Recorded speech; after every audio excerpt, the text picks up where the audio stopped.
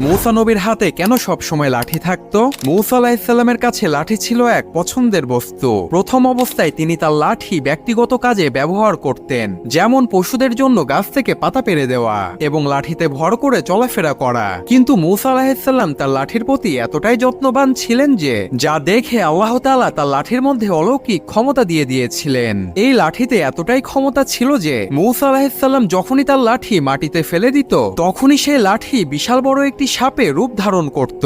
মূসা নবী যখন তার লাঠি দিয়ে কোনো শিলাকে আঘাত করত তখনই সেই শিলা থেকে পানির ঝর্ণা বের হতো।